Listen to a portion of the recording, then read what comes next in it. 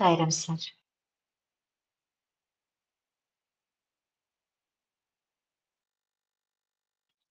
Start చేయండి sir. అందరికీ నమస్కారం. ఓం నమో భగవతే రుద్రాయ.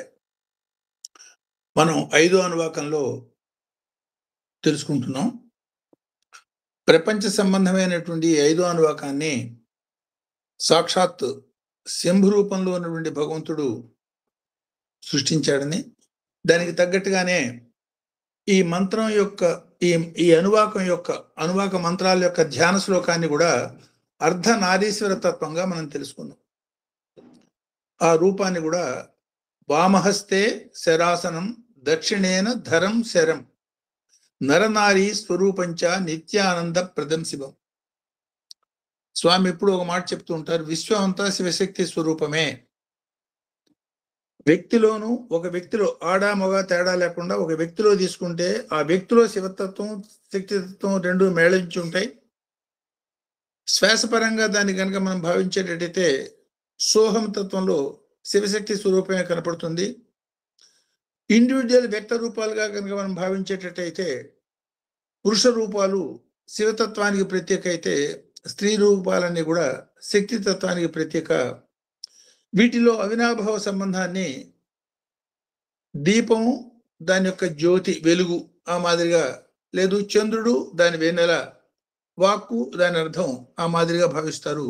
ఈ ఇన్సెపరబుల్ ఈ రూపాలైనటువంటి వీటిని ఆ కలయికతోని అనంతమైన సృష్టి సూక్ష్మాతి సూక్ష్మ కణం నుంచి అనంత బ్రహ్మాండం దాకా వ్యాపించి ఉన్నది అన్న తత్వాన్ని మనకి తెలిపే 8, 9 మంత్రాలని ఇప్పుడు మనం తెలుసుకోబోతున్నాం. 8వ మంత్రాన్ని, ఇవన్నీ కూడా 2 నామాలు ఉన్నటువంటి మహామంత్రాలు. ఈ నామాల్ని కూడా పరమేశ్వరుడి యొక్క రహస్య నామాలు అన్నారు.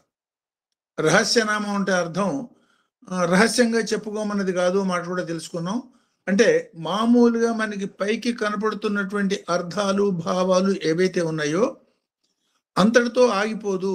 అత్యంత రహస్యమైన నిగూఢమైనటువంటి భావాలు అర్థాలు ఉన్నటువంటి శబ్దాలుగా వీటిని మనం తెలుసుకున్నప్పుడే వాటిలో ఉన్నటువంటి అంతరార్థాన్ని కొంతవరకైనా మనం గ్రహించగలుగుతాం. సో ఆవగింజలో 1000 వంతులను కోటి వంతులాగా మనకి తెలిసిన విషయాల్ని కొంత మనం చర్చించుకుంటున్నాం.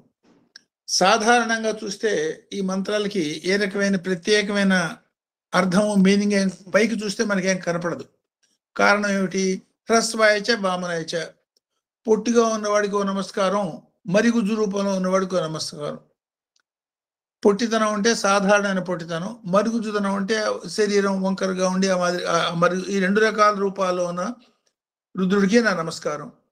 బృహతేచ వర్షేచేచ, అత్యంత బృహత్ స్వరూపంగా ఉన్నటువంటి రూపానికి నమస్కారం. బాణవర్షం కానీ లేదు కృపావర్షం కానీ 2 రకాల వర్షాలు వర్షించగల శక్తి గల ఆ రూపానికి నా నమస్కారం. లేదు వర్షించే తత్వం, మనం అంతరార్థం తెలుసుకుంటే రకరకాల వర్షం అవుతుంది. వర్షించే తత్వం ఉన్నటువంటి రుద్రరూపానికి నమస్కారం. అంటే ఈ సాధారణంగా పైకి కనపడుతున్నటువంటి ఈ మాటల్లో ఉన్నటువంటి అంతరార్థాలని కొంతవరకు మనం తెలుసుకునే ప్రయత్నం చేద్దాం. సో ఈ అనువాకమే ప్రపంచ సంబంధం అని అనుకున్నాం. అందులో 5వ మంత్రంలోను 7వ మంత్రంలోను ఈ భగవతత్వాన్ని సహస్రాక్షాయ శతధన్వనే అనే మాటతో, అంటే జాగ్రత్త పరమైనటువంటి హెచ్చరిక, అంటే దేని విషయంలో మనం జాగ్రత్తగా ఉండాలి అన్న పరమైనటువంటి ఆల్రెడీ చెప్పిన తర్వాత, అంటే ప్రాపంచిక పాశపరమైనటువంటి హెచ్చరికనే ఉన్న 5.5వ మంత్రంలోను, మళ్ళీ 7వ మంత్రంలో కూడా కూడేడంగా అదే మాదిరి హెచ్చరికని మీఢుష్టమే ఇషుమతే, అంటే వర్షించవచ్చు, అది కృపావర్షం కావచ్చు, బాణవర్షం కావచ్చు అన్న హెచ్చరిక గుణపరంగా. ఒకటేమన్నా ప్రాపంచిక పాశపరంగా, ఇంకోటేమన్నా మనలో ఉన్న త్రిగుణాల పరంగా 2 రకాల హెచ్చరికల్ని 5.5, 7 మంత్రాలు, 5వ అనువాకాలని 5, 7 మంత్రాల్లో చెప్పిన తర్వాత ఈ 8, 9 మంత్రాల్లో సాధారణమైన పైకి చూడటానికి సాధారణమైనటువంటి సమాజంలో ఉన్న సాధారణ ద్వంద్వాలు, మరుగుజ్జువాడు పొట్టివాడు అట్లాంటి ఇది లేదు, చాలా బృహత్ వ్యాపకంగా ఉన్నటువంటి సమాజపరంగా అర్థం చేసుకున్నప్పుడు అట్లాంటి ద్వంద్వాల్ని టచ్ చేసుకున్నట్టుగా. సో అంతరార్థం తీసుకున్నప్పుడు ఆ అణు రణీతత్వాన్ని, సూక్ష్మాతి సూక్ష్మ కణంలో కూడా ఉన్న రుద్రతత్వాన్ని, ఎంటైర్ మహత్తుకి ఆధారభూతమైనటువంటి, అంటే మహత్తుకి అతిక్రమించి తనలోంచి మహత్తు వచ్చిందంటే అది మహత్తు కన్నా గొప్పది, మహత్తు కన్నా పెద్దది. పాదోశ్య విశ్వాభూత అంటే ఏమిటి? ఈ అనంతమైన విషయం, త్రిగుణాత్మకం, త్రిమూర్త్యాత్మకం, త్రిశక్త్యాత్మకమైనటువంటి అనంత విశ్వం మొత్తం కూడా తనలో నుంచి పావుభాగం నుంచి వచ్చింది. దాన్ని ఆ వ్యక్త విశ్వాన్నే విష్ణు అంటున్నాం అన్నప్పుడు ఇంకా అగ్రాహ్యమైనటువంటి తత్వం, అమృతత్వం ఏదైతే అంటున్నామో అది much more, 3 times more than this అన్న భావనగా ఉన్నప్పుడు, దాని గురించి మనం ఆలోచిస్తున్నప్పుడు అత్యంత సూక్ష్మము, అత్యంత ఘనం అనేది సాపేక్షగా చెప్పుకునేదే తప్ప ఈ రెండిటికి ఆధారమైన మూలతత్వాన్ని పట్టుకోండి. సాధారణ ప్రపంచం అంతా కూడా వ్యత్యాస భావం, వ్యత్యాస దర్శనం ప్రపంచ లక్షణం, సమదర్శనం పండిత లక్షణం. ఆ మాటని మంత్ర రూపంలో మనకి చెప్తున్నారు అనుకోవచ్చు. లేదు, అణోరణి మహతో మహి అన్న భావాన్ని ఈ రెండు మంత్రాలు ద్వంద్వ రూపంలో మనకి చెప్తున్నారు అనుకోవచ్చు. సో ఈ పరంగా సమాజాన్ని మనం చూస్తున్నప్పుడు ఏమనుకున్నాం? సర్వత్రా వ్యత్యాస దర్శనం. మనిషి చూడంగానే మనం ఏం చేస్తాం? మనిషిలో ఉన్నటువంటి ఆ చెడు వైపు, లేదు మంచివాడైతే వాడి వైపు, మంచి వైపు ఆకర్షింపబడతాడు తప్ప ఈ మంచి చెడునే మనం చూస్తాం. మంచివాడైనా మంచిని చూస్తాడు, చెడ్డవాడైనా చెడ్డని చూస్తాడు. ఈ మంచిని చెడుని చూడకుండా ఈ మంచికి చెడుకి ఆధారమైన తత్వం, ఆ జ్యోతిర్మయమైనటువంటి అంతరతత్వం, ఆత్మతత్వాన్ని దర్శించడం నేర్చుకోండి. ఒకసారి స్వామి మన అడ్రస్ చేసే విధానాన్ని గుర్తు చేసుకోండి. దివ్యాత్మ స్వరూపులారా, ప్రేమ స్వరూపులారా. నా డివోటీస్ అని చెప్పొచ్చు కదా? కాదు, డివోటీస్ అవునా కాకపోయినా ఆత్మస్వరూపులే. ఆ మాట, ఆ తత్వాన్ని ఇండైరెక్ట్ గా ఈ మంత్రం మనకి ఇండికేట్ చేస్తోంది. అంటే సాధారణంగా చూసే వ్యత్యాస తత్వాన్ని వదిలిపెట్టి ముందు సమదర్శనం అలవాటు చేసుకోండి. అది గొప్ప, కొద్ది, పెద్ద, చిన్న అనే భావం మీద పోయినంత కాలం మనం ప్రపంచం వైపు లాగబడతాము.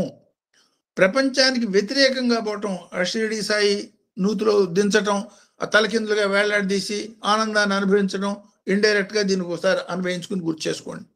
అంటే ప్రాపంచికమైనటువంటి భావనకి వ్యతిరేకమైనటువంటి విధానంగా ఆ వ్యత్యాస లక్షణంగాక సర్వత్రా ఉన్నటువంటి సమదర్శనాన్ని, స్వామి చెప్పిన ఎగ్జాంపులే, ఫర్ ఎగ్జాంపుల్ దరిద్ర నారాయణ, లేదు లక్ష్మీనారాయణ, అందులో నారాయణత్వం కామన్. ఈ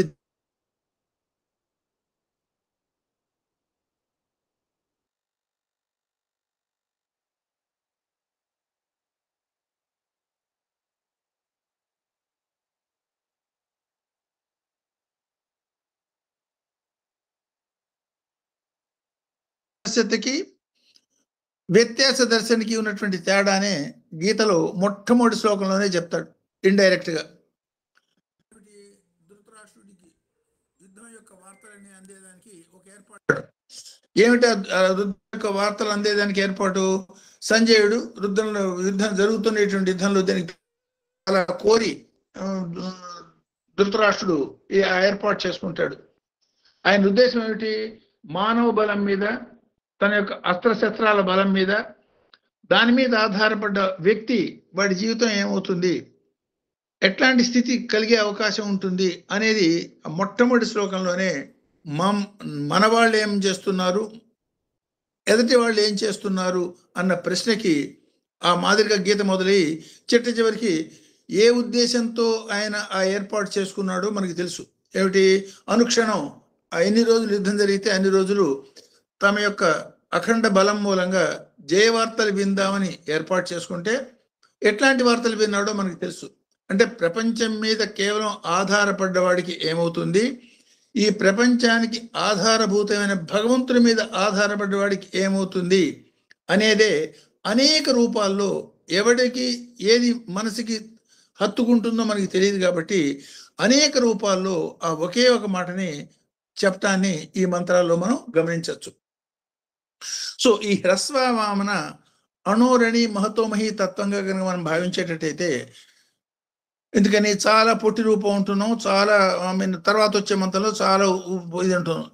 ఈ మొదటి మంత్రాన్ని ఈ హ్రస్వతత్వానికి 2 నామాలతో హ్రస్వ వామన అనే 2 తత్వాలతో చెప్పడంలో ఉన్న ప్రత్యేకతని కొన్ని ఈ మాదిరిగా మనం అర్థం చేసుకునే ప్రయత్నం చేయొచ్చు. అణు అన్న దానికి డెఫినేషన్ని ఈ మాదిరిగా అణోరణి మహతోమహి అని సాధారణంగా అంటూ ఉంటాం. అంత్యవ్యయత్వం ఇది అణుత్వం. అంటే అన్నిటికన్నా ఎంతవరకు నువ్వు చిట్ట చివరి దాకా పోగలుగుతావో, సూక్ష్మ ఇంకా చిన్నది ఇంకా ఆ చిట్ట చివరి దాకా నువ్వు పోయే స్థితి ఏదైతే ఉంటుందో దాన్ని అణువు అన్నారు. ఈ పరంగా ఒక్కసారి ఆలోచించండి. ఈ సిద్ధాంతాన్ని కూడా ఇవాళ మనం ఏదైతే modern physics, particle physics, quantum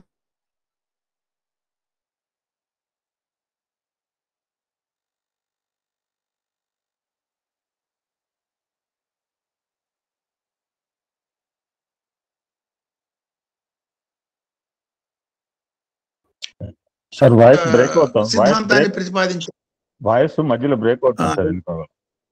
ఆ మధ్యలో 2-3 కాల్స్ వచ్చినాయి, వాటిని కాల్స్ కట్ చేసి అందుకు అనుకుంటాను. No problem. Most probably. So calls అంటే కాల్ వచ్చిన కొంచెం టైం బ్రేక్ అయి ఉంటుంది. సో అంటే వేదంలో ప్రతిపాదించబడిన సిద్ధాంతం లేదు అని తెలుసుకుని దానికి ఆ మాట చెప్తున్నాను. ఈ కణాద మహర్షి ఆయన ప్రతిపాదన, ఆయన పేరే, ఆ మహర్షి పేరేంటో మనకు తెలీదు. కొంతమంది కాత్యాయన మహర్షి అంటారు. ఆ కాత్యాయన మహర్షి యొక్క సిద్ధాంతమే కణాద సిద్ధాంతం అంటారు. ఆయన సాధారణంగా కణాదుడు అంటారు. ఇది విశ్వామిత్రుడు అన్నప్పుడు ఆయన అసలు పేరు ఏదైనా విశ్వామిత్రుడిగా స్థిరపడిపోయింది. ఈ కణాద మహర్షి యొక్క సిద్ధాంతం ఇవాళ మనకుండే పార్టికల్ ఫిజిక్స్ సిద్ధాంతానికి ఈయన ఆద్యుడు అనొచ్చు. ఒక పదార్థాన్ని మనం తీసుకుని దాన్ని ఖండిస్తూ సొగం చేస్తూ పోతే ఆ చిట్ట చివరి పార్టికలే ఈ బిల్డింగ్ బ్లాక్ అంటాడు ఆయన సిద్ధాంతం. అదే సిద్ధాంతాన్ని పాటించి కోట్ల డాలర్లు ఖర్చు పెట్టి ఒక 10-15 దేశాలు కలిపి స్విట్జర్లాండ్లో చేసిన ఎక్స్పెరిమెంటే భూగర్భంలో కొన్ని మైళ్ళు భూగర్భంలోకి పోయి దైవ కణాన్ని పట్టుకుంటాం, డివైన్ పార్టికల్ ఆర్ గాడ్ పార్టికల్ని పట్టుకుంటాం అని చేసిన 10-15 సంవత్సరాల ఎక్స్పెరిమెంటు చిట్ట చివరికి వాళ్ళు కనుక్కున్నది ఏమిటి? క్వార్క్ అనే అత్యంత సూక్ష్మాతి సూక్ష్మ కణాన్ని మేము పట్టుకోగలిగాము, కానీ దానికి కూడా ఆధారం ఇంకేదో ఉంది. ఎందువల్ల? అన్నిటికన్నా సూక్ష్మాతి సూక్ష్మ కణం అని దేనైతే క్వార్క్ అని దేనైతే అంటున్నారో దాని యొక్క ప్రవర్తన అన్ని విషయాల్లోనూ ఒకే మాదిరిగా లేదు. ఒక్కొక్క దాంతో సంయోగం చెందేటప్పుడు ఒక్కొక్క మాదిరి శక్తిని విడుదల చేస్తోంది. అంటే ఒకే కణం కనుక ఫిజికల్గా ఒకే కణం అయ్యేటట్టయితే ఆ కణం యొక్క లక్షణాలు ఒకే మాదిరిగా ఉండాలి. ఎలక్ట్రాన్ అనే కణం మనం తీసుకున్నప్పుడు ఆ ఎలక్ట్రాన్ యొక్క కణం యొక్క లక్షణాలు సర్వత్రా ఒకే మాదిరిగా ఉంటాయి. ఇంకా సూక్ష్మానికి మనం పోయినప్పుడు ఆ సూక్ష్మాతి సూక్ష్మ కణం క్వార్క్ అని దేనైతే పేరు పెట్టారో దాన్ని హిగ్ బోసిమ్ అనే పేరు పెట్టారు. అంటే ఇండియన్ సైంటిస్ట్ బోసు, హిగ్గిమ్స్ వాళ్ళిద్దరి పేరు మీద కలిపి పెట్టిన పార్టికల్ అది. ఆ పార్టికల్ ఆ సూక్ష్మాతి సూక్ష్మ కణం ఏదైతే అనుకున్నామో అది ఇతర కణాలతో సంయోగం చెందినప్పుడు రిలీజ్ చేస్తున్న ఎనర్జీ వేరువేరుగా ఉన్నది. ఎందుకని అట్లా చేయగలుగుతోంది అనేది అయితే మాకు అర్థం కాలేదు. అంటే ఈ కణానికి ఆధారభూతమైన ఇంకేదో శక్తి ఉన్నది, ఆ శక్తి కనుక్కోవటం అసాధ్యము. దీన్నే అణోరణి, అత్యంత సూక్ష్మాతి సూక్ష్మ కణంలో కూడా ఉన్న భగవంతుడి యొక్క శక్తిగా వేదం మనకి చెప్తోంది. అందువలనే అది అగ్రాహ్యము ఉంటుంది. అగ్రాహ్యమైన దాన్ని మనస్సే సూక్ష్మాతి సూక్ష్మం, మనస్సు కన్నా సూక్ష్మం ఆ మనసుతో మనం పట్టుకోగలిగింది కాదు అని చెప్తున్నప్పుడు దాన్ని ఫిజికల్గా ఎక్స్పెరిమెంట్గా బంధిద్దాము, తెలుసుకుందాము, టెస్ట్ ట్యూబ్లో పెడదాం అనే అది అసాధ్యము అన్న మాటని ఇండైరెక్ట్గా ఇండికేట్ చేస్తోంది. కాబట్టి నీకు తెలిసిన దానిలో సూక్ష్మానికి ఆధారము భగవంతుడే, అత్యంత స్థూలానికి ఆధారం భగవంతుడే. ఈ స్థూలం సూక్ష్మం అనేది ప్రపంచం ఉన్నప్పుడు ఈ స్థూల సూక్ష్మాల మీద జీవితాన్ని వేస్ట్ చేసుకుంటావా? ఈ రెండిటికి అయినటువంటి ఆధారాన్ని పట్టుకుని ఈ రెండిటి యొక్క అనుభూతిని, అంటే ఈ చివరి నుంచి ఆ చివరి దాకా ఉన్న అనుభూతిని ఎంటైర్ స్పెక్ట్రమ్ చూడగలుగుతావా అన్న సంకేతం ఇండైరెక్ట్గా ఈ మంత్రం చెప్తోంది. ఈవెన్ మన కన్ను ఉన్నది, కన్ను చూడగలిగేది ఒక particular wave length 27 degrees out of 360 degrees. అంటే మనం చూడగలిగిన దానికన్నా చూడలేనిదే ఎక్కువ ఉన్నది కాబట్టి ఆ చూడలేని దాన్ని మనం భావించడమే తప్ప అంతగానే ఏం చేయలేని స్థితి ఉన్నప్పుడు, కాబట్టి అగ్రాహ్యమైనటువంటి తత్వాన్ని, అదే భావనేది భవేత్ సర్వం, ఈ 5వ అనువాకంలోనే భావనతో పట్టుకోవటమే భవుడిని పట్టుతా తప్ప కాళ్ళు పట్టుకునే ప్రయత్నం చేయకూడదు. అంటే స్వామి అవతార తత్వాన్ని కూడా ఒకసారి గుర్తు చేసుకోండి. ఆయన పాద నమస్కారం కోసం ఫిజికల్గా ఆయన పాదం పట్టుకునేదానికి ప్రయత్నం చేశారు తప్ప మనస్సులో పట్టుకునేదానికి ప్రయత్నం చేయటం స్వామి మనకి ఇండికేట్ చేస్తున్నారు. సో అంటే భావనతో భవానీ భావనాగమ్య భవారణ్య కుఠారిక, అదొకసారి ఈ సమన్వయాన్ని ఇండైరెక్ట్ గా సూక్ష్మ ఘన కణ రూపంలో చెప్తున్నారు. అంటే భగవంతుణ్ణి భావన రూపంలో పట్టుకుని, భవానీ అంటే భవుడి యొక్క శక్తి, భవ అన్న భవానీ అన్న తేడా లేదు, స్త్రీలింగం పుంలింగం తప్ప. సో ఆ భవానీ తత్వాన్ని భావనతో మాత్రమే మనం పట్టుకోవాలి సుమా. ఏమవుతుంది భావంతో పట్టుకుంటే? భవారణ్య కుఠారిక అంటే స్థూలం నుంచి సూక్ష్మం దాకా, అత్యంత సూక్ష్మం దగ్గర నుంచి అత్యంత స్థూలం దాకా విశ్వమంతా వ్యాపించి ఉన్నటువంటి చైతన్యాన్ని చూడకుండా ఆ బాహ్యమైనటువంటి స్థూల సూక్ష్మాన్ని పట్టుకోవటం మూలంగా దాన్ని అరణ్య స్థితి, అరణ్యంలోకి పోయిన వాడికి దోవ తెలియదు, అరణ్యంలో పోయిన వాడికి దిక్కు తెలియదు, ఎటుపోతున్నామో తెలియదు. అట్లాంటి దిక్కు లేని స్థితిని, దోవ తెలియని స్థితి నుంచి రక్షించాలంటే ఆ అరణ్యాన్ని కట్ చేసినప్పుడు మాత్రమే సాధ్యం అవుతుంది.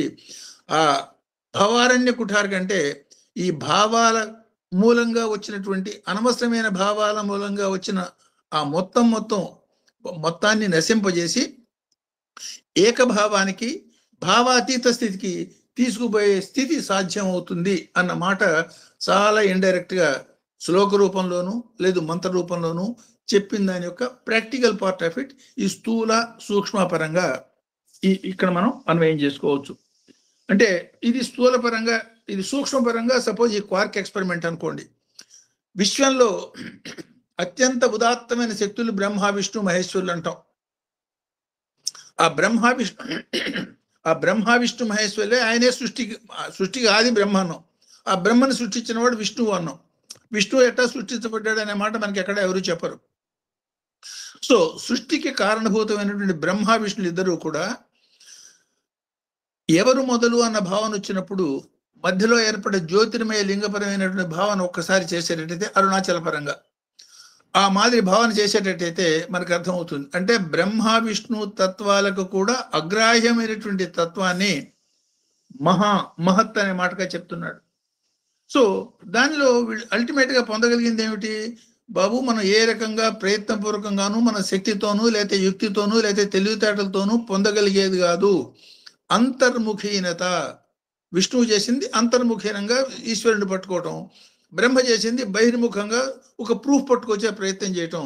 సో అంతర్ముఖీనంగా పొందిన విష్ణుమూర్తికి ఏమన్నా తనే విష్ణువు, విష్ణువే శివుడు అన్న స్థితి వచ్చింది. బహిర్ముఖంగా ప్రయత్నం చేసిన బ్రహ్మకి ఏమన్నా అక్కర్లేని చేసినానికి ఒక తలకాయ ఎగిరిపోయింది. ఈ మాదిరిగా మనం అన్వయం చేసుకోవచ్చు. అంటే భగవత్ తత్వాన్ని బహిర్ముఖంగా పట్టుకోగలిగేది కాదు, అంతర్ముఖంగా మాత్రమే మనం పట్టుకోవాలి. కాబట్టి అత్యంత అల్పంగా ఉన్నది కదా అనే మాటతో తృణీకార భావం అనేది పనికిరాదు సుమా. లౌకిక జీవితంలో మనం ఉండేటప్పుడు దీనే అనేక రూపాల్లో సామెతలు, చిన్న కర్ర అయినా చిన్న పామైనా పెద్ద కర్రతో కొట్టు అంటారు. ఏమిటి దాని అర్థం? నిర్లక్ష్యం చేయమోక, తేలిగ్గా తీసుకోమోక, లేదు నమఃపాగం సవ్యాయచారుద్రం అనే మరి ఎందో అనువాకంలో మనకు మంత్రం వస్తుంది. ఏంటి? ఒక ధూళికణ స్వరూపంలో ఉన్న రుద్రా నీకు నమస్కారం అంటే ఆ ధూళికణం, దానికి లౌకికంగా ఏం చెప్తారు? ధూళికణమైనా తొక్కితే అది వచ్చి నెత్తిన పడుతుంది కాబట్టి జాగ్రత్త, అహంకారం పనికిరాదు. అంటే వేద భావననే ఆ లౌకికానికి వచ్చేటప్పటికి నిత్య జీవితంలో అన్వయం చేసుకునే విధానంగా తెలుసుకున్న మాటని ఈ ప్రావెర్బియల్ గా మనం అర్థం చేసుకున్నా దానికి వెనకాల ఒక వేద భావన ఉన్నది అన్న మాటని ఈ రెండింటి యొక్క సమన్వయంతో మనం అర్థం చేసుకోవచ్చు. అందుకే ఇంకో మాట కూడా చెప్తారు, నది ఎంత గొప్ప నది అయినా సరే, సాక్షాత్ గంగా నది లేదు, గంగ కన్నా పూర్వం గోదావరి అంటాం. గోదావరి తర్వాతనే గంగ వచ్చింది. దీన్ని వృద్ధ గంగా అనే పేరు కూడా పిలుస్తూ ఉంటారు గంగా నది. అంటే గౌతమ మహర్షి పట్టుకొచ్చింది. ఆ తర్వాత భగీరథుడు ప్రయత్నం చేయటం, శివానుగ్రహం, దాని మూలంగా గంగా నది రావటం, ఆల్రెడీ ఏర్పడ్డ కాశీ నగరానికి నారి రూపంలో అంటే ధనుస్సు రూపంలో ఉన్నటువంటి కాశీ పట్టణానికి నారి రూపంలో ఈ నది వచ్చింది. అదొక ప్రత్యేకత, అది వేరే విషయం. సరే, ఈ గోదావరి గంగా ఏ మహానదులకు పుట్టుక స్థానాన్ని చూస్తే చాలా అల్పంగా ఏదో బొట్టు బొట్టుగా చిన్న పిల్లకాలు కన్నా చిన్నగా కనపడుతూ ఉంటుంది. కాబట్టి నదిని కానీ ఋషిని కానీ వాళ్ళ పుట్టుక స్థానాన్ని బట్టి మీరు ఎస్టిమేట్ చేయమోకండి, పొరపాటు చేయమోకండి. అల్పం అని భావిస్తే అది ఎక్కడికి దాకా తీసుకుపోతుందో తెలియదు సుమా అన్న సంకేతాన్ని కూడా మనకి ప్రారంభులుగా మనం చెప్పుకుంటూ ఉంటాం. అంటే నది పుట్టుక, ఋషి పుట్టుక ఎన్న తగ్గది కాదు. అంటే వాడి ఒక బేసిక్ పుట్టాడు, ఇంకేదో పనికిరాని ఇంకేదో పుట్టాడు. దీన్ని దృష్టిలో పెట్టుకుని వాళ్ళ యొక్క తత్వాన్ని ఎంచమోకండి. ఒకసారి భగవంతుడి యొక్క అనుభవం పొందినవాడు సాక్షాత్ భగవంతుడు అయిపోయినాడు.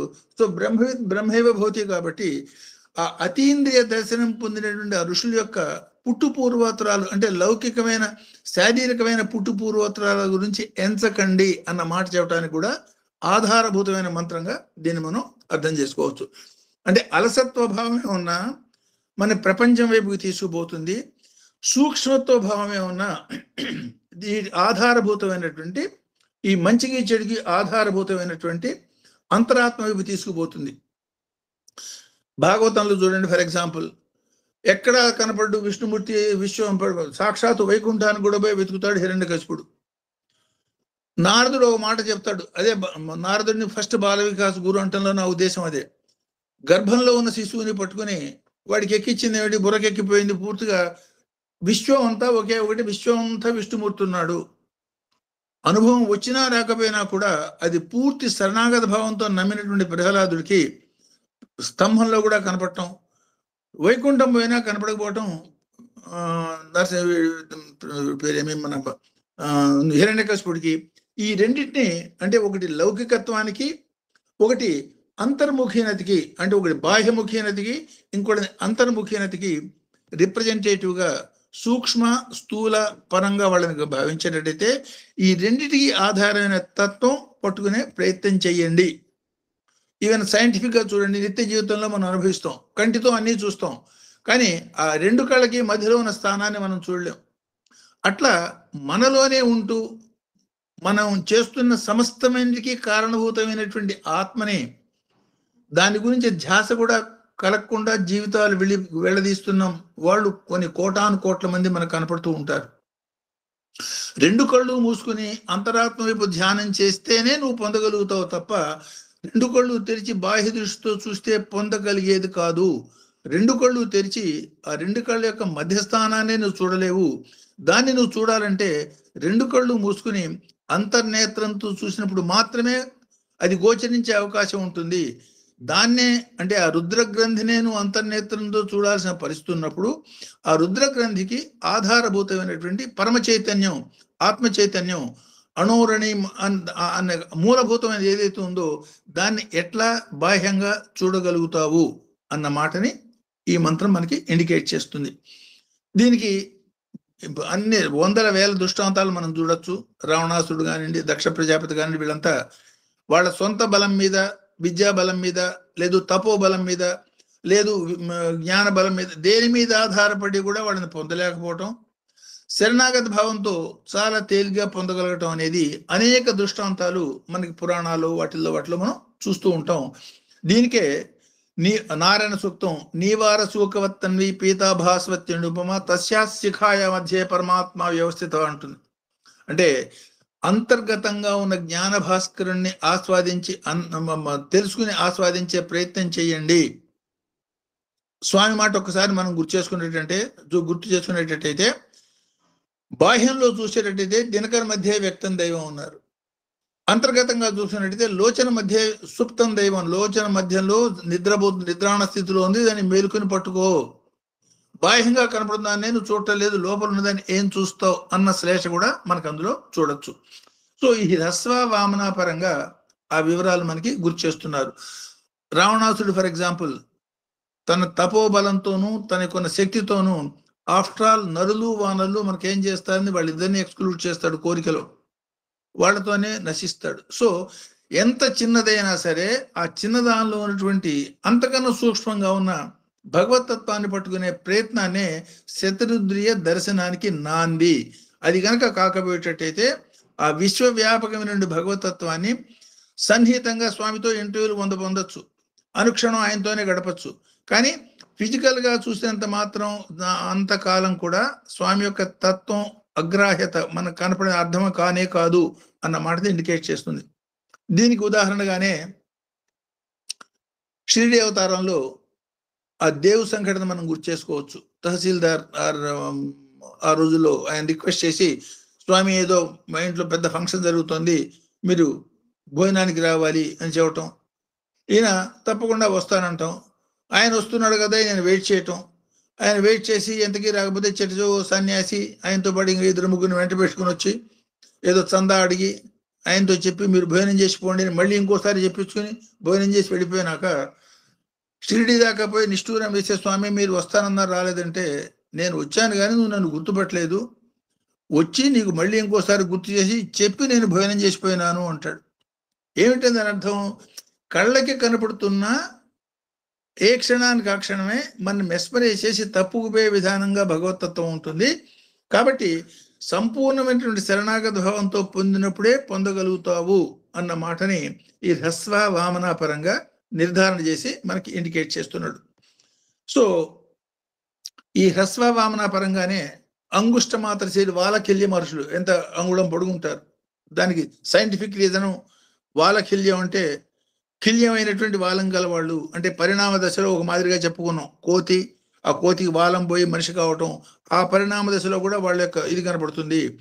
ఆ మహర్ష్యాదులు వాళ్ళని అడ్డగించటం, వాళ్ళు పెట్టిన శాపం మూలంగా నానా గడ్డి కరవటం, ఆ స్థితి దాన్ని ఒకసారి గుర్తు చేసుకునేటట్టయితే చిన్న చిన్న వాళ్ళు అన్న భావంతో ఆఫ్టర్ ఆల్ ఏమిటి అని అనుకునేటట్టయితే దానివల్ల ప్రమాదం ఉండొచ్చు. శతరుద్రియ దర్శనాన్ని వాంఛించే వ్యక్తి ఏ పరిస్థితుల్లో దేన్ని ఎవరిని తక్కువగా అంచనా వేయటం అనేది తగదు అన్న మాటని చెప్తున్నాడు ఇండైరెక్ట్ గా.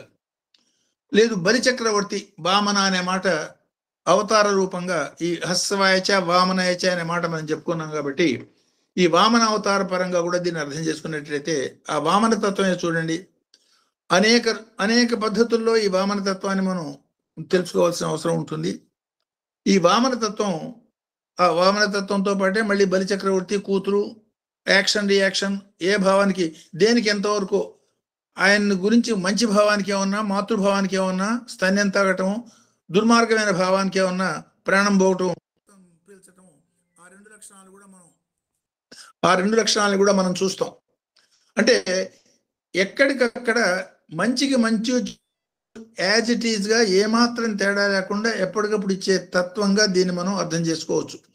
ఈ వామన అనే తత్వం, ఆ వామన తత్వంలోనే బలిచక్రవర్తి పోవటం, ఆయన మెస్మరైజ్ అయ్యి 3 అడుగులు దానం వేయటం, 1-2 అడుగులు భూమి ఆకాశం అయిపోయినా ఎక్కడ పెట్టమంటే అప్పుడు అర్థమవుతుంది ఆయనకి. ఈ భూమి కన్నా ఆకాశం కన్నా పెద్దది ఏమిటయ్యా అంటే అహంకారం. సో ఈ రెండిటికన్నా పెద్దది, అన్నిటికన్నా చిన్నది భూమి. మొట్టమొదటి అడుగు భూమి అయిపోయింది. అన్నిటికన్నా పెద్దది ఆకాశం, తెలిసిన వాటిల్లో మహత్తులో అది అయిపోయింది. పంచభూతాలు అయిపోయినాయి. ఈ పంచభూతాలు అయిపోయినాయి. ఈ పంచభూతాలకి ఆధారభూతమైన భూతం ఏమిటి అంటే నేను. అది ఆకారాన్ని ఆశ్రయిస్తే అహంకారం అవుతుంది. ఈ నేను అనే దాని మీద ఆకారానికి ఆశ్రయించిన అహంకారం మూలంగా నేను నిన్ను గమనించలేకపోయినాను. ఈ అహంకారం కనుక అడిగిపోయేటట్టయితే అప్పుడు నేను నిన్ను దర్శించగలుగుతాను, అనుభవించగలుగుతాను. కాబట్టి 3వ పాదం నా అహంకారం మీద పెట్టు అన్న మాటని కథారూపంలో మనం అర్థం చేసుకునేటట్టయితే, సాధన రూపంలో దాన్ని పాదుకాంత దీక్ష అంటారు. పాదుకాంత దీక్ష అంటే గురు పాదుకల్ని, గురువు యొక్క పాదాన్ని శిష్యుడి యొక్క శిరస్సు మీద పెట్టడం అనేది మహాభక్తి. అంటే నువ్వే నేను, నేనే నువ్వు అన్న స్థితి దాకా పోయిన శిష్యుడికి దొరికే స్థితి. ఆ పాదుకాంత దీక్ష, భగవంతుడి ద్వారా పాదుకాంత దీక్ష పొంది అత్యంత శరణాగత భక్తుడుగా బలిచక్రవర్తి ఇప్పుడు రాక్షసుడైనా మనం నిత్యం తలుచుకునే మహానుభావుల్లో ఒకటిగా మనం గమనిస్తాం. అంటే ఏమన్నమాట, శరణాగత భావంతో మాత్రమే భగవంతుడి యొక్క అసలు తత్వాన్ని మనం పొందగలుగుతాం తప్ప అహంకారంతోనూ లేదు కేవలం జ్ఞానంతోనూ, లేదు కేవలం యోగ సాధనతోనూ, లేదు అనేక రకాల నిత్యం మనం చేసే రకరకాల సాధనల మూలంగాను ఇవన్నీ సహకరించేవే కానీ పూర్తి శరణాగత భావంతో మాత్రమే దాన్ని మనం పొందగలుగుతాము అన్న మాటని ఈ ఈ హ్రస్వ వామన పరంగా మనకి ఇండికేట్ చేస్తుంది. ఇదే వామన తత్వాన్ని వామదేవ అనే పరంగా ఆలోచించేటట్టయితే శివుడి యొక్క పంచముఖాల్లో ఒకటి. వామదేవ రూపంలో బ్రహ్మకైన ఒక సందర్భంలో దర్శనమిచ్చి అనుగ్రహిస్తాడు. ఈ వామన అవతారాన్ని, వామన తత్వాన్ని అత్యంత సుందర తత్వం ఉంటారు. తమిళనాడులోనే సుందరేశ్వర స్వామి ఆలయం మీకు కనపడుతుంది. సుందరి అంటే త్రిపుర సుందరి అంటే విశ్వం మొత్తాన్ని మోహింపజేసే తత్వాన్నే ఆత్మతత్వం అన్నారు. ఈ ఆత్మతత్వం యొక్క అనుభూతి సుందరేశ్వర అన్నారు. స్త్రీలింగ పుల్లింగాలే. అంటే అత్యంత స్వామి చెప్పిన ఇందులో కూడా సత్యం శివం సుందరం, చూడండి సుందరం అక్కడ పెట్టారు. సో ఈ సుందర తత్వాన్ని, అబ్సల్యూట్ బ్యూటీ ఏదైతే విశ్వం మొత్తాన్ని తన వైపు ఆకర్షిస్తుందో ఆ ఆకర్షణ తత్వాన్ని సుందరత్వం అన్నారు, దాన్నే ఆత్మ అన్నారు. ఈ వామన తత్వం ఆ అత్యంత సుందరమైనటువంటి శివరూపానికి ప్రతీక. సాధారణంగా చూస్తే భస్మోద్ధూడిత విగ్రహుడు, అది చేతు పుర్రెలమాల, పాములు, జటాజూటం, అదంతా ఆ మాదిరి రూపం, శ్మశాన వాసం. అత్యంత సుందర రూపం అంటే అది అత్యంత సుందర రూపం కూడా శివుడే. అంటే ఒక పక్క నుంచి ఇంకో పక్క దాకా ఈ విశ్వం మొత్తం A to Z మొత్తం ఒకే ఒక శివతత్వం వ్యాపించి ఉన్నది అనేది రూపంలో కూడా వ్యక్తం చేయడానికి.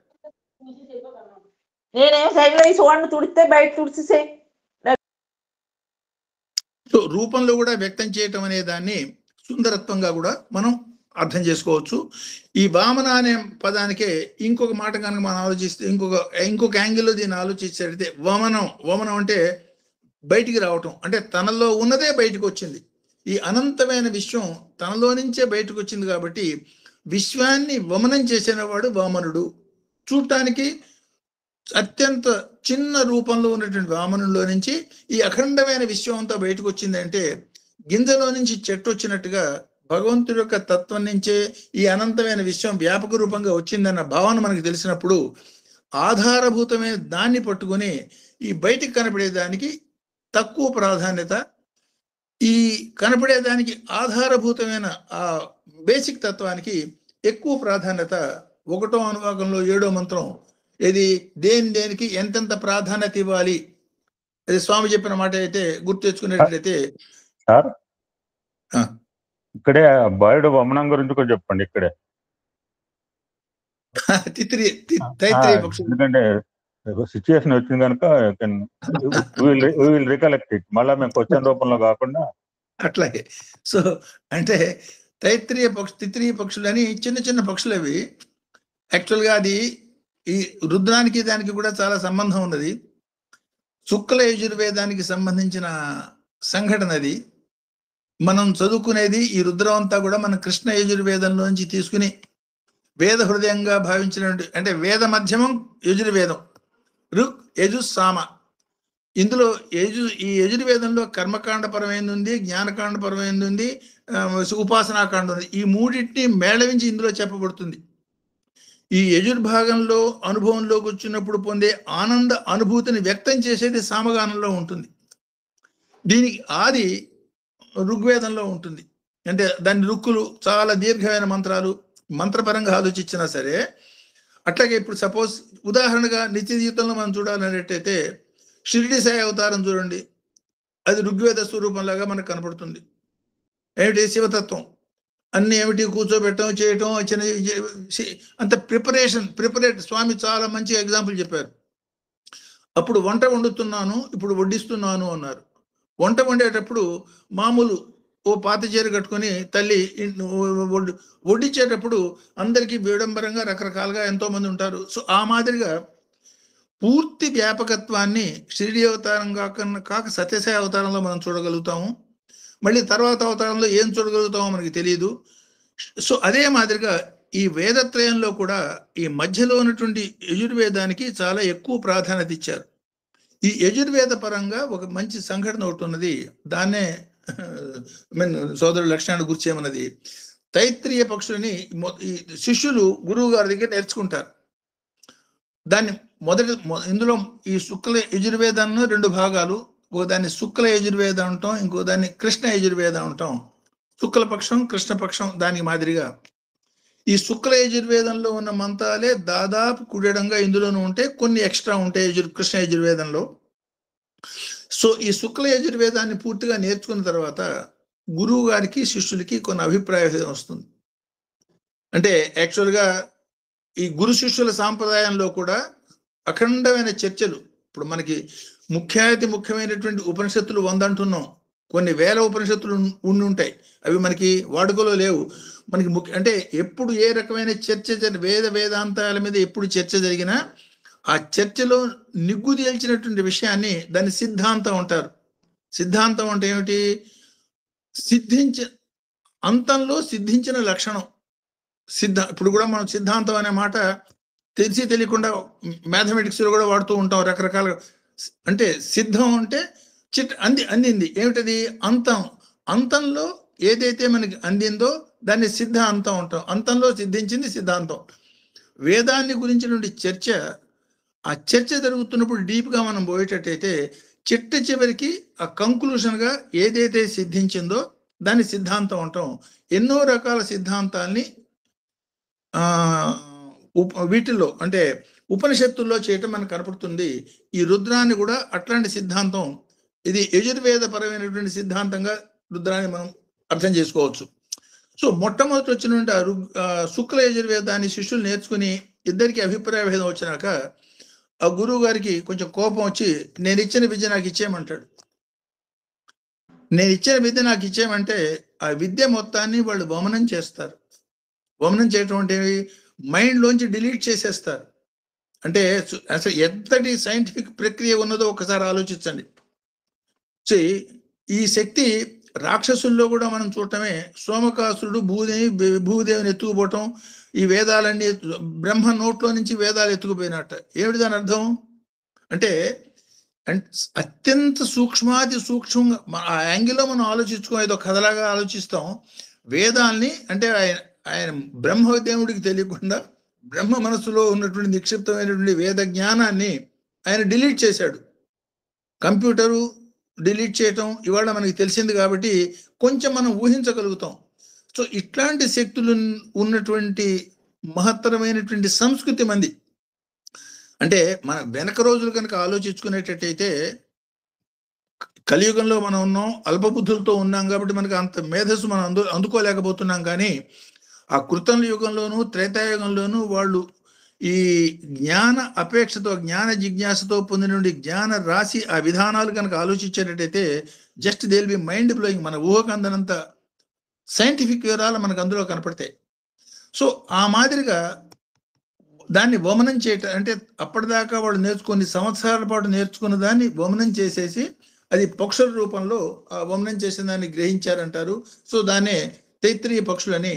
దీనికి మళ్ళీ కృష్ణుడికి దీని పేరేమి మన యుద్ధానికి, ఆ యుద్ధంలో నేల చదును చేయటం, ఆ చదును చేసే సందర్భంలో అర్జునుడి దగ్గర నుంచి ఒకసారి ఈయన ధనస్సు తీసుకుని, బాబా ఒకసారి ధనుసు ఇవ్వమంటే ఆయన ధనుర్బాణాలు ఇస్తే ఈయన దూరంగా ఉన్న ఒక ఏనుగు వైపు గురి చూసి ఆ ఏనుగు మెడలో ఉన్న గంట మీద కొడతాడు. ఆ గంట తెగి పడి ఆ రాతి మీద పడి ఆ పక్షులు యుద్ధ భూమిలో ఉన్న ఇంత పెద్ద 18 రోజులు యుద్ధం జరిగినా ఏది వాటి మీద స్టాంప్ వేసి చావకుండా బతికిపోయినాయి. దానికి కారణం మళ్ళీ భగవత్ సంకల్పమే అనే మాట కూడా చెప్తారు. అంటే ఏమిటంటే ఆ కథ ఏమిటంటే ఆ పక్షులు యుద్ధానికి ఇదంతా సన్నద్ధం చేసి చదును చేస్తున్న సందర్భంలో కృష్ణుడిని మనసులో ప్రార్థన చేస్తాయి. చిన్న చిన్న పిల్లలు ఉన్నాయి, ఇప్పుడే పుట్టినాయి, వాటికి ఇంకో 10 రోజులు 15 రోజులు అయితే తప్ప ఎగిరిపోయే పరిస్థితి ఉండదు. ఈ యుద్ధం చేసి వాటిని చంపుతావా, నేను నీ శరణ వేడుకుంటున్నానని ప్రార్థన చేస్తే కృష్ణుడు దానికి కావలసిన ఆహార సదుపాయాలు ఏర్పాటు చేసుకోమని నీ రక్షణ చూస్తానని చెప్పాడని, దానికి తగ్గట్టుగానే ఆ ఏనుగు మెడలో ఉన్న గంట మీద బాణం తీసి కొట్టడం మూలంగా ఆ గంట కొంచెం ఏటవాలుగా వాటికి గాలి అందే విధానంగా, అంటే కదలకుండా ఆ మాదిరిగా యుద్ధం అంతా జరిగిపోయినా సరే ఆ గంటకి ఏమీ కాకుండా ఉండటము, ఈ పక్షులు పెరిగిపోవటం పెద్ద అయిపోవటం, ఆ తైత్రీయ పక్షులు ఆ మాదిరిగా వమనం చేసిందని గ్రహించినాయి అనే పరంగా చెప్తారు. సో ఆ తర్వాత వచ్చింది కృష్ణ వేదం. టాపిక్ వచ్చింది కాబట్టి కృష్ణ వేదానికి అదే శుక్ల యజుర్వేదానికి కృష్ణ యజుర్వేదానికి ఉన్నటువంటి కొంచెం తేడాలో, ఫర్ ఎగ్జాంపుల్ ఇదే రుద్రపరంగా మనం తీసుకునేటట్టయితే కృష్ణ యజుర్వేద భాగంలో 8వ అనువాకంలో నమశివాయ మంత్రం ఉన్నది.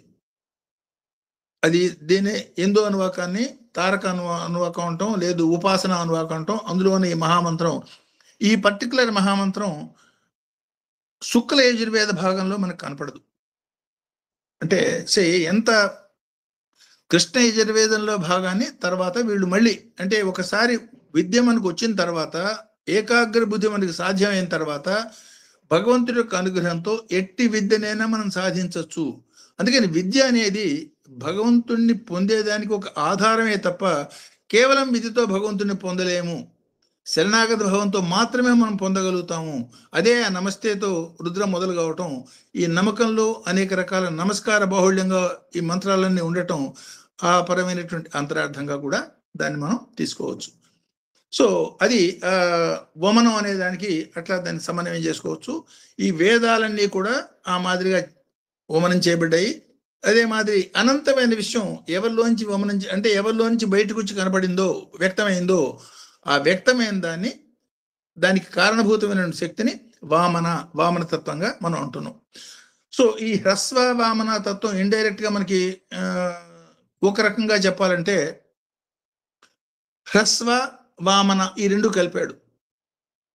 అఖండమైనటువంటి భగవద్ అవతారం సాక్షాత్ పరబ్రహ్మే అవతారమూర్తిగా వచ్చినా సరే, ఈ అవతారమూర్తుల యొక్క కాలాన్ని మనం గమనించేటట్టయితే వాళ్ళు సాధారణ మానవుల్లాగా ఆ కాలమానాన్ని బట్టి ఆ రోజుల్లో ఆయన 100 ఏళ్ళు, 150 ఏళ్ళు, ఈ రోజుల్లో భగవాన్ సత్యసాయి బాబా సో లెస్ దాన్ 90, ఇవన్నీ అనమాట షిరిడి సాయి. వాళ్ళు కాలానికి అనుగుణంగా ఒక దేహాన్ని ధరించి మన మధ్యలోకి వచ్చినప్పుడు కాలాతీతులైనా సరే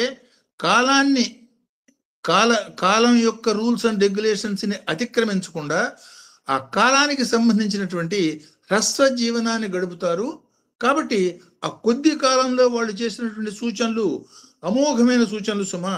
వాటిని వాళ్ళు తక్కువ కాలం ఉన్నారు కాబట్టి మీరు దాన్ని తక్కువగా తీసుకోవద్దు, తీసుకున్నారా దెబ్బతింటారు అన్న సంకేతాన్ని కూడా ఇండైరెక్ట్ గా ఇందులో చూడొచ్చు.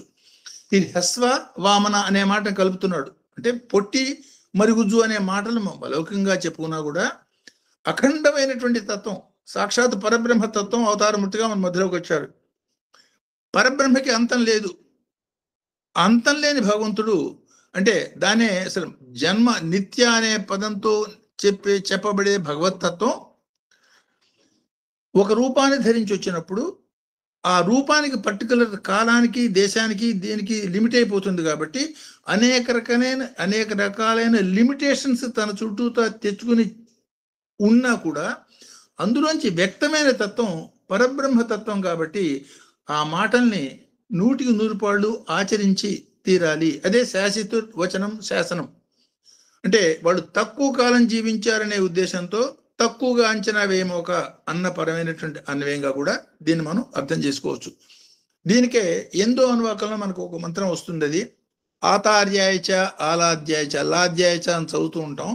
ఆతార్య ఆలాధ్య అంటే బ్రహ్మ విష్ణు మహేశ్వరులకైనా సరే వాళ్ళు చేసిన కర్మాలకి ఫలమిచ్చే నిరాకార పరబ్రహ్మ తత్వం ఒకటేటట్టయితే, అట్లాంటి అవతారమూర్తి ఆలాద్యుడిగా కండిషన్స్ పాటిస్తూ ఒక శరీరాన్ని ధరించి అవసరాలు ఒక కార్యానికి సంబంధించిన శరీరాన్ని ధరించి మన మధ్యలోకి వచ్చిన రోజులు, ఆ మహత్తరమైన రోజులు వాళ్ళు చెప్పిన దాన్ని భగవంతుడి యొక్క వాక్యాలుగా స్వీకరించి జీవితంలో మనం ఉత్తమ స్థితి పొందొచ్చు. అవి అనూహ్యమైన క్షణాలు, వాటిని పోగొట్టుకోవద్దు అన్న మాటగా దీన్ని మనం ఈ హ్రస్వవామన తత్వాన్ని మనం అర్థం చేసుకోవచ్చు. సో దీనికి వేదం మనకి చెప్పేది అంటే ఈ సాకారంగా వచ్చిన దాని యొక్క నిర్దుష్టత ఎట్లా మనం అర్థం చేసుకోవాలి. ఎందుకంటే కళతో భగవంతుడు నిరాకారుడు, నిర్మయుడు, నిస్సంగుడు, ఏమీ లేదు, ఆయనకి అవన్నీ రకరకాలుగా చెప్పారు. మన మధ్యలోకి ఒక ఆకారం రూపంలో వచ్చాడు. అది కృష్ణుడు అనండి, రాముడు అనండి, సత్యసాయిబాబా ఎవరన్నానండి. ఈ లిమిటెడ్ శరీరంతో ఉన్న వ్యక్తి అనుక్షణం మనని మనం మెస్మరైజ్ చేసే మనని అనుక్షణం మనల్ని మోసం చేస్తూ ఉండే మనసుతో కళ్ళతో చూస్తూ ఆ రూపాన్ని ఎట్లా భగవంతుడి తత్వంగా మనం గమనించాలి, ఈ దీనికి లింక్ గురించి వేదం మనకి చెప్పే మాటలు సామీప్యత్ తత్యుపదేశ అని చెప్తుంది. సామీప్యత్ ఉపదేశం అంటే ఏమిటి? ఈ బ్రహ్మసూత్రాల్లో మనకి చెప్తున్న మాటలు ఇవి. అంటే అగ్రాహ్యమైనటువంటి నిరాకార తత్వానికి అత్యంత సమీప స్థితినే సాకారం లేక అవతారి అనొచ్చు. దేనికే మనం చెప్పుకునే ఎగ్జాంపుల్ సముద్రంలోంచి బయటికి పెట్టుకొచ్చి పెట్టిన ఒక బకెట్ వాటరు. క్వాలిటీ పరంగా తేడా లేదు, క్వాంటిటీ పరంగా లిమిటేషన్ ఉన్నది. ఇంపార్టెంట్ క్వాలిటీ కాబట్టి ఆ చెప్పిన మాటల్ని యథాతథంగా భగవద్ముఖంగా వచ్చిన వాక్యాలుగా తీసుకోండి, పాటించండి, పొందవలసిన సుగతి పొందండి. దాని సంకేతం అది. దీనికి వాళ్ళు మనకి ఇచ్చిన సామీప్యత్ అతత్యుపదేశ, అత్యంత నిరాకార తత్వానికి అత్యంత సమీప స్థితి ఏదయ్యా అంటే సాకారము. ఎందువల్ల? లిమిటేషన్ అనేది శరీరానికి మాత్రమే ఉన్నది తప్ప మిగతా దానికి లేదు. సో స్మృతేష అంది అంటే స్మృతి పై మాటని అంటే పైన చెప్పిన భావాన్ని స్మృతి కూడా నిర్ధారిస్తోంది, అంటే వేదం నిర్ధారిస్తోంది అని చెప్తుంది. ఇంకో విధంగా చెప్పినట్టు విశేషంచ దర్శయతి, సాకార ఆరాధనలో అంటే నిరాకార పరతత్వాన్ని సాకారంతో ఎట్లా పట్టుకుంటాము? సాకారాన్ని ఆరాధించినా కూడా ధ్యేయం మాత్రం నిరాకారమే. కారణం ఏమిటంటే దానికి ఎగ్జాంపుల్ మనం చెప్పుకున్నాం. ఎండమావి వెంట మనం పరిగెత్తి దాహం తీర్చుకోలేం. కానీ ఎండమావి వెంట పరిగెత్తుతున్నవాడు దోలో కంటికి కనపడకుండా ఉన్న ఒక మంచినీటి చెలమలో పడ్డప్పుడు ఆటోమేటిక్గా వాడి దాహం తీరుతుంది. దాహం తీరేదానికి కారణం మాత్రం ఈ మంచినీటి చెలమ, పరిగెత్తేదానికి కారణం మాత్రం ఈ మంచినీటి చెలమ కాదు, సాకారంగా కనపడుతున్నది ఎండమావి. సాకారం అనే ఎండమావి వెంట మనం త్రికరణ శుద్ధిగా పరిగెత్తేటట్టయితే ఆ సాకారం మన అక్కడ వదిలిపెట్టదు, మనని తీసుకుపోయి నిరాకారంలో ఇండైరెక్ట్ గా మనకి తెలియకుండానే కలుపుతుంది. కాబట్టి షడ్భావం మానవ యత్నం, సప్తమం దైవకృతం. 6 వంతులు మన ప్రయత్నం మనం చేసినప్పుడు భగవంతుడు ఎప్పుడు తన పనిలో తన ఫెయిల్ కాడు అన్న దృఢమైనటువంటి నమ్మకంతో తీవ్రమైనటువంటి ప్రయత్నాన్ని సాకారపరంగా చేసిన మనం పొందే అనుభూతిని నిరాకార అనుభూతిని చేరుస్తుంది అన్న నమ్మకంతో ఈ సాధన చెయ్యాలి అన్న సందేశాన్ని కూడా ఈ మంత్రం మనకి ఈ హ్రస్వ వామన పరంగా ఇస్తుంది. సో ఇంకో మాట మనకి చెప్పేది ఆత్మ ప్రకరణాత్ అంటే ఏమిటి? ఆత్మజ్యోతి దర్శన స్థితి పొంది తీరాలి. దానికి బయట వెతకటం కాదు, అంతర్జ్యోతి, దాన్ని అంతరాదిత్య దర్శనం అన్నాం. 1వ అనువాకం 7-8 మంత్రాలు మనం చెప్పుకున్నప్పుడు బయట కనపడే జ్యోతి బాహ్య జ్యోతిర్మయ స్థితి శివుడి యొక్క వ్యక్త రూపమైనటువంటి సూర్యుడు. దాన్నే అంతరంలో కనుక చూసేటట్టయితే అణోరణి మహతి అణుతత్వంగా నీవార సూకవత్వాన్ని ఇందాక ఏదైతే చెప్పుకున్నామో అదే విశ్వం మొత్తం భాషించే ఒకే ఒక జ్యోతిర్మయ తత్వంగా నీలోనే ఉన్నది. దాన్ని నీలో నువ్వు చూసుకునే ప్రయత్నం చేయి. దాన్నే సాధన, యోగ సాధన అనండి, ఏదనండి. యోగం అంటే కలయిక, సాధనలో దాంతో కలవటమే యోగము అన్న పరంగా అది చెప్తుంది, ఆ మాట చెప్తుంది. సో దాన్ని ఆత్మ ప్రకరణ, దాన్ని ఆత్మజ్యోతి దర్శన స్థితి. కాబట్టి ఆత్మ అనేది ఏమిటి? బయటికి అనేక రకాల జ్యోతులు మనకు కనపడుతున్నాయి, మనం కూడా జ్యోతి స్వరూపులమే. కాకపోతే మనలో ఉన్న జ్యోతి మనకి వ్యక్తం కావటం లేదు. నేల కూడా జ్యోతి స్వరూపమే, మనకి రోజు దాని మీద ఉంటున్నాం కాబట్టి నేలల్లే కనపడుతోంది. నీల్ ఆర్మ్స్ట్రాంగ్ వాడు పైకి పోయినప్పుడు, చంద్రుడి మీదకి పోయినప్పుడు వాడు చెప్పిన మాట ఇది నీలపు రంగుతో దగ్ధాయమానంగా జ్యోతిర్మయంగా భూమి మెరుస్తోందని చెప్పాడు. కానీ మనకు కనపట్టాలే. ఎందుకని? సమీపంగా దాని మీద ఉన్నాం కాబట్టి తేలిక భావంతో మనం చూస్తున్నాము. ఆ భావం తేలికగా చూడటం మూలంగా కనపడకపోవటమే తప్ప అది జ్యోతిర్మయము. మన శరీరం జ్యోతిర్మయము, దూరంగా ఉన్న సూర్యుడు చంద్రుడు మనకి జ్యోతిర్మయము. సో విశ్వం అంతా ఒకే ఒక జ్యోతిర్మయము. ఈ సమస్తమైన జ్యోతులకి ఆధారభూతమైన మూల జ్యోతిని జ్యోతిషాం జ్యోతి అన్నారు. ఆ జ్యోతిషాం జ్యోతే పరబ్రహ్మ అయినటువంటి, అది పరంజ్యోతి అయినటువంటి పరబ్రహ్మ. ఆ తత్వంగా ఈ హ్రస్వ వామన తత్వాన్ని మనం అన్వయించుకోవచ్చు. సో ఈ ఇంకోటి బృహత్ వర్షేసే అనేది ఇంకో మంత్రం అది. సో ఆ మంత్రం నెక్స్ట్ వచ్చినప్పుడు మనం చెప్పుకుందాం. ఇందులో క్వశ్చన్స్ కానీ ఫర్దర్ ఏదైనా ఎలాబరేషన్స్ ఎనీ అదర్ ఎక్స్ప్లెనేషన్ ఉండాలంటే that those points will discuss. So అందరికీ నమస్కారం.